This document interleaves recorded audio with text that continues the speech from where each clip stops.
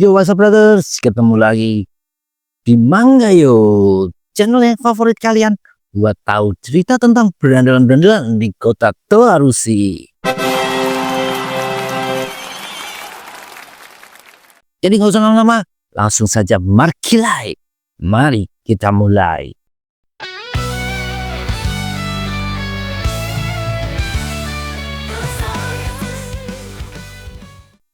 Dua minggu setelah keributan antara Teso dan Jekyll, kita kembali ke kota Toarushi yang sedang cerah berawan. Di warung ramen Daichi, Teso tampak bersemangat dalam bekerja. Teso bilang, karena dirinya kemarin ambil cuti beberapa hari, jadi sekarang harus bekerja lebih keras buat membayarnya. Lalu ada pelanggan lain yang masuk ke warung ramen tersebut. Tak disangka itu adalah Jekyll dan Muro. Suasana tampak sedikit tegang pas kedua orang itu melangkah masuk. Teso membiarkan keduanya duduk seperti layaknya pelanggan lain. Si bos ingat sosok Jekyll ini dan merasa khawatir. Tapi Teso menenangkan dan ngomong kalau dia yang akan mengurusnya. Si bos pun menurut dan mempercayakannya pada Teso. Lalu Jekyll memesan 2 porsi mie dingin. Tak lama kemudian pesanan Jekyll pun tersedia di meja. Tidak ada obrolan lain. Keduanya segera menyantap makanan itu dengan lahap. Lalu terdengar ada pelanggan lain yang datang. Ternyata Murata Shoko. Dia sedikit kaget melihat Jekyll dan Muro ada di situ. Teso memanggil Shoko agar langsung duduk saja. Setelah selesai makan, Jekyll dan Muro bangkit berdiri. Lalu Teso bilang ke Jekyll kalau shift kerjanya selesai 30 menit lagi dan menyuruh Jekyll menunggu di taman tak jauh dari situ. Jekyll dan Muro cuma tersenyum lalu segera pergi meninggalkan warung ramen tersebut. Jekyll dan Muro menunggu di sebuah lapangan basket. Mereka ngobrol sedikit sambil menunggu Teso. Tahu-tahu sebuah bola basket melayang kering, tapi tidak masuk dan malah mengenai kepala Jekyll. Di kejauhan, terdengar suara Teso tertawa dan minta maaf karena lemparannya meleset. Teso datang bersama Shoko. Keempat orang yang belum lama ini berseteru pun kembali saling berhadapan. Teso bertanya apa yang terjadi setelah pertemuan terakhir mereka. Kembali ke 2 minggu sebelumnya, saat Teso menyuruh Jekyll pergi melihat keadaan ayahnya yang kecelakaan. Terdengar Toga protes. Dia berteriak kesal, tidak terima kalau pertarungannya selesai seperti ini saja. Toga juga memakai alasan kalau orang-orang yang sudah berkumpul pasti kecewa, tidak ada hasilnya. Mendengar provokasi itu, orang-orang yang berkumpul di tepi lapangan pun setuju dengan perkataan Toga. Tapi Teso langsung berteriak keras, menyuruh mereka semua diam. Kalau masih ada yang tidak terima, maju sini, akan kuladeni satu persatu, tantang Teso. Bikin semua orang langsung terdiam. Kali ini Toga menunjuk ke arah orang-orang yang tadi bertarung. Yuma langsung ngomong, dia tidak keberatan. Begitupun Shoko, meski dia menambahkan masih belum memaafkan Jekyll dan kawan-kawan. Mendengar itu, Toga berusaha memprovokasi Shoko lagi, tapi dipotong oleh Shoko. Dia bilang kalau yang paling disakiti adalah Kawaji Teso. Dan dia bisa merelakan pertarungan ini.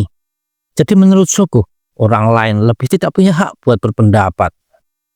Lagian orang ini tidak akan mau mendengarkan pendapat orang lain kalau sudah mengambil keputusan, kata Shoko. Teso yang disindir malah tertawa puas.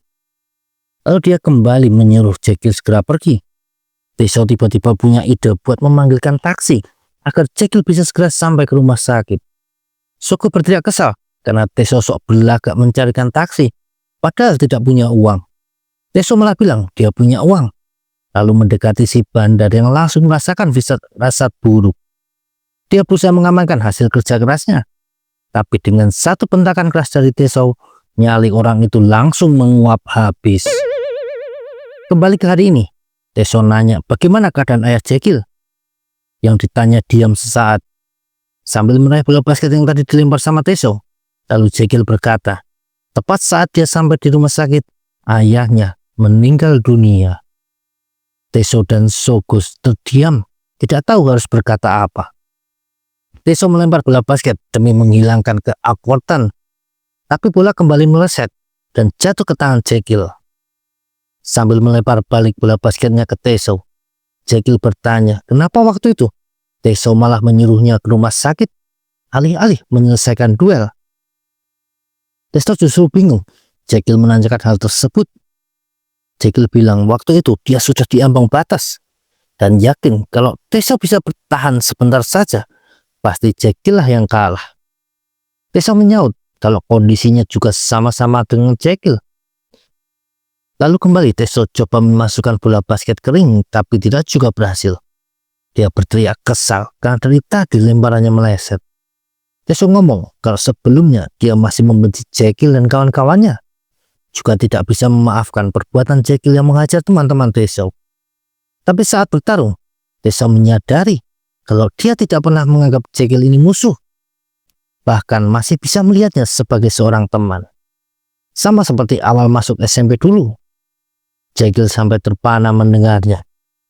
Lalu Teso lanjut berkata, kalau itu berarti ayah temannya adalah ayahnya juga. Juga berarti kalau terjadi sesuatu pada ayah Jekyll, itu artinya bukan waktunya buat berkelahi. Suku tersenyum bangga melihat anikinya. Jekyll tertawa lebar dan ngomong kalau Teso masih sama seperti dulu, tidak ada yang berubah. Lalu Teso nanya apa rencana Jekyll selanjutnya. Apa kamu mau menyelesaikan yang kemarin? Tanya Teso. Jekyll bilang, mungkin saja, tapi tidak sekarang. Dia berkata, datang ke Toarushi buat mengakui kalau perbuatan sebelumnya adalah salah. Jekyll menoleh ke Shoko dan ngomong ingin minta maaf pada teman-temannya. Teso malah dengan entengnya ngomong tidak perlu. Semua itu karena teman-teman Shoko yang lemah saja. Shoko jadi kesal mendengar Teso seenaknya. Tapi Shoko membenarkan perkataan Teso. Saat ini, teman-temannya sedang frustasi karena merasa lemah. Jadi kalau Jekyll datang meminta maaf, justru bikin mereka semakin merasa lemah. Dia selalu ngomong, memang pertarungan mereka belum selesai. Jadi Teso menawari buat tanding lemparan 3 point. Jekyll langsung menolaknya. Dia meminta bola basket dan menunjukkan skill dalam melakukan lemparan yang akurat. Sambil nyengir lebar, Jekyll bilang dia dan Muroji sudah main basket sejak kecil. Lalu Muro mengingatkan Jekyll kalau sudah waktunya mereka buat pergi. Teso nanya apa mereka harus pergi sekarang. Jekyll menjelaskan dia harus mengurus kepindahannya keluar kota karena saat pemakaman sang ayah, keluarga besarnya langsung membicarakan tentang pengasuhan Jekyll ke depannya. Jekyll bilang ada saudara jauhnya di kota Toarushi ini yang bersedia menjadi orang tua angkatnya, sama kayak ayahnya dulu. Kerabat Jekyll itu juga cukup mapan dalam ekonomi. Meski begitu, Jekyll bilang dia tidak mau numpang gitu aja. Dia akan berusaha mencari cara untuk bisa mandiri. Jekyll juga bilang Muroji ikut pindah ke Toarushi bersamanya. Jadi mungkin kita akan bertemu lagi, kata Jekyll. Shoko mengeluh karena ini berarti bakal menambah orang-orang membuat onar di kota Toarushi. Teso sendiri tidak masalah dan malah menganggap semua ini jadi seru. Lalu di perjalanan pergi, Jekyll berkata kalau sekarang dia merasa tidak bisa menang melawan si bodoh Teso. Tapi Jekyll berniat tidak akan kalah pada Teso, baik dalam pertarungan maupun dalam kehidupan. Jekyll yakin akan menang dari Teso. Muro berkomentar kalau Jekyll ini jadi terdengar seperti Kawachi Teso. Lalu HP Jekyll berdering. Dia menerima panggilan telepon tersebut dan memanggil nama pamannya Kiyohiro. Siang hari di markas armamen, beberapa orang tertawa melihat Teso datang dengan muka dipenuhi perban di sana sini. Kakaknya menebak kalau Teso habis dihajar sama Kuriko lagi. Shota juga nanya apa Teso tidak bosan dikalahkan terus. Aida yang member baru kaget mendengar Teso berkelahi melawan Kuriko yang sudah mengalahkan Seton. Toshiro menambahkan kalau bukan cuma Seton, tapi 17 murid susulan lainnya juga sudah jadi korban Kuriko. Tapi Teso dengan percaya diri berkata kalau suatu hari nanti dia pasti bisa mengalahkan Hanaki Kuriko. Jelas perkataannya itu dianggap mimpi di siang bolong. Lalu datang Inada Genji. Dia bertanya di mana Kose berada. Shota ngasih tahu kalau ketua mereka ada di belakang. Teso nanya apa ada hal penting. Inada ngomong cuma membahas tentang rapat minggu depan. Kagaya menduga itu rapat tentang geng Senia dan dibenarkan sama Inada yang lanjut jalan ke belakang. Tapi dia ingat sesuatu. Lalu ngomong ada bocah kenalannya seumuran sama member-member junior di sini yang akan diperkenalkan sebagai member baru armamen nanti. Semua itu tentu menarik perhatian orang-orang.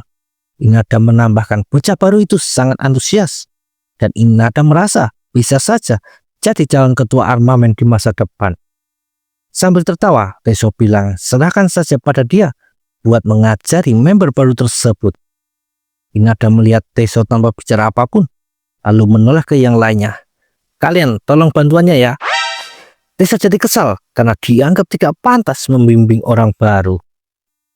Di bawah jembatan, Teso sedang nongkrong sambil menikmati rokok.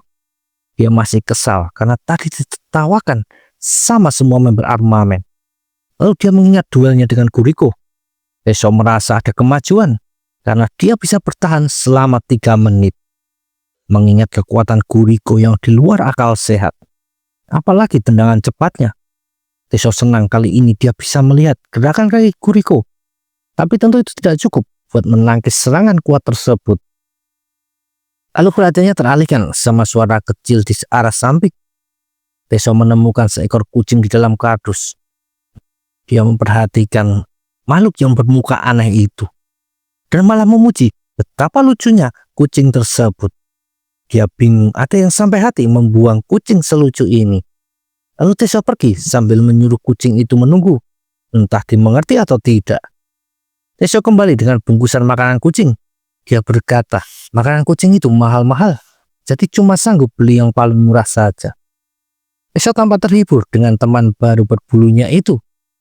Besok paginya, Teso kembali ke jembatan itu lagi. Dia juga memberi makanan.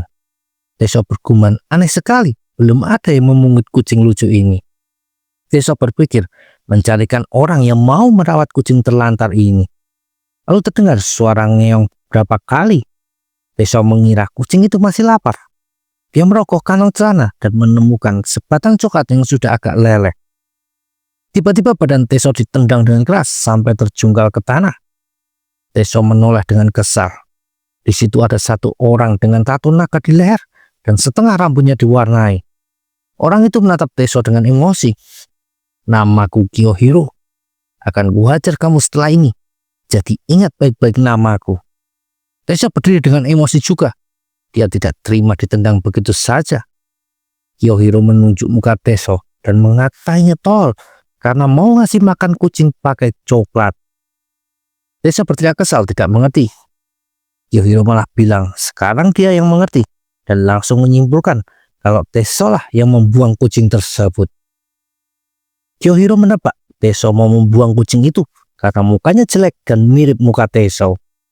Yang dikatain begitu tidak terima karena merasa kucing yang dimaksud sangatlah lucu. Kiyohiro memperhatikan lagi dan yakin kalau dua wajah beda jenis ini memang sama-sama jelek. Teso berteriak kesal akan mengajar si Kiyohiro ini. Tahu-tahu ada yang menegur Teso karena sudah teriak-teriak. Orang yang baru datang itu adalah Inada Genji. Teso nggak mau disalahkan dan bilang justru orang asing di depannya ini yang bikin masalah. Mengejutkannya, Kiyohiro bertanya ke Inada apa mengenal Teso ini. Sepertinya Kiyohiro sudah akrab sama Inada Genji. Yang dijawab kalau Teso adalah juniornya di armamen dan mereka berdua seumuran. Kiyohiro menoleh dan heran, idiot satu ini adalah anggota armamen. Teso tidak terima dikatain idiot. Dia nanya ke Inada siapa keparat ini sebenarnya. Lalu tak lama kemudian di markas armamen ada Kiyohiro Yoshimi yang memperkenalkan diri sebagai member baru. Terdengar suara tidak setuju dari arah belakang. Teso melambaikan tangan sambil berkata tidak terus-menerus. Inada menyuruh Sota dan Nanba bikin diam Teso. Keduanya segera bertindak dan Teso pun diikat sampai ke mulutnya. Inada melanjutkan perkenalan Kiyohiro dan minta agar member junior membantu Kiyohiro buat beradaptasi. Semua tampak tidak masalah menyambut Kiyohiro, kecuali tentu saja Teso yang masih menggeram marah. Di sebuah gedung ada Harumoto Shikio, ketua geng BMT alias Black Market Tiger. Lalu datang satu orang lainnya, Totsugawa Senkichi, yang melaporkan sesuatu. Harumoto ngomong kalau laporan Totsugawa benar, hal itu akan buruk buat BMT. Totsugawa berteriak panik dan bilang kalau hal tersebut dibiarkan akan jadi hal buruk buat geng mereka. Harumoto jadi kesal karena Totsuka mengatakan hal yang baru saja dia katakan. Harumoto berkata, geng mereka yang baru dibentuk ini akan jadi sasaran empuk bagi lawan. Totsuka nanya, apa mereka harus minta bantuan Kuroda, senior mereka yang mantan wakil ketua Bakteria. Harumoto langsung marah dan bilang dia sudah dipercaya oleh Kuroda, jadi tidak boleh bersikap lemah. Harumoto ngomong kalau ada kemungkinan juga musuh yang ini akan mengincar geng lain seperti Hyakki, Kyoya, dan Hades Hour. Jelas ini bukan cuma urusan BMT saja. Tapi kalau beneran terjadi, bisa-bisa kota ini terlibat kekacauan besar. Siang harinya, Teso kembali menemui kucing terlantar di bawah jembatan. Kali ini dia mengajak Tochiro dan Sota. Tochiro langsung bilang, muka kucingnya jelek kayak Teso. Sedangkan Sota nanya apa Teso berniat merawat kucing ini. Teso ngomong ada larangan hewan peliharaan di apartemen tempat tinggalnya. Dia nanya apa Tochiro dan Sota yang bisa melakukannya. Tochiro ngomong keluarganya alergi bulu kucing. Sedangkan Sota sudah punya anjing, jadi pasti tidak akan bisa. Teso jadi bingung, apalagi mengingat harga makanan kucing yang mahal bisa bikin isi dompetnya kering. Membicarakan hal itu bikin Teso jadi kesal karena ingat seseorang. Tochiro bertanya apa Guriko yang dimaksud. Teso menjawab bukan. Yang dia maksud adalah member baru armamen kemarin, yaitu Kiyohiro. Teso bilang, padahal kemarin dia cuma mau ngasih coklat ke kucing ini, tapi malah dimarahin Kiyohiro. Lalu Sota bilang itu wajar. Dia ngasih tahu kalau sembarangan ngasih coklat ke kucing bisa bikin keracunan atau bahkan meninggal. Teso jadi malu menyadari kesalahannya. Tapi dia berusaha membela diri dan bilang kalau hal itu tidak jadi alasan buat menendangnya. Kiyohiro bilang kemarin dia kira Teso mau meracuni kucing itu. Kedatangannya tiba-tiba itu bikin Teso kaget. Tapi tidak dengan Sota dan Tochiro yang santai saja. Kiyohiro nanya apa Teso mau mengadopsi kucing itu. Teso berteriak kalau itu bukan urusan Kiyohiro. Lalu Kiyohiro bertanya, apa Teso punya uang buat merawat kucing itu? Teso balik nanya, emangnya Kiyohiro punya? Yang ditanya tertawa setelah melihat pakan kucing murah yang dipegang Teso. Lalu Kiyohiro mengeluarkan satu kaleng makanan kucing yang jelas mahal harganya. Teso langsung kena mental melihatnya. Teso balik badan emosi dan maju mengajak Kiyohiro berkelahi. Sota refleks menahan Teso. Tochiro, bantu aku hentikan si tolol ini, seru Sota. Beberapa saat kemudian, di jalanan kota, ada Tochiro yang nanya kenapa Teso sangat emosional sama Kiyohiro. Teso malah balik nanya, apa dua temannya ini tidak kesal melihat Kiyohiro yang songong. Sota dan Tochiro menjawab tidak. Mereka merasa biasa saja. Teso bilang dia tidak tahu kenapa, tapi yang jelas tidak suka melihat Kiyohiro. Bahkan dia merasa Kiyohiro ini akan jadi musuhnya di masa depan. Sota mengingatkan kalau Teso dan Kiyohiro sama-sama member armamen. Tochiro menyarankan agar Teso fokus aja ke Guriko. Lalu perhatian Sota teralihkan sama rombongan lain yang memakai kaos sama kayak sebuah seragam. Sota merasa akhir-akhir ini dia sering melihat banyak orang memakai seragam itu. Tochiro juga bingung dan dia menduga rombongan itu berasal dari SMA susuran. Beberapa hal memang sedang terjadi. Kelompok misterius yang tiba-tiba beroperasi di kota Towarushi, dan yang pertama menyadarinya adalah Harumoto dari geng BMT. Di sisi lain, bertambahnya jumlah member armamen yang troublemaker. Tidak lama lagi akan terjadi konflik besar melibatkan armamen generasi 6.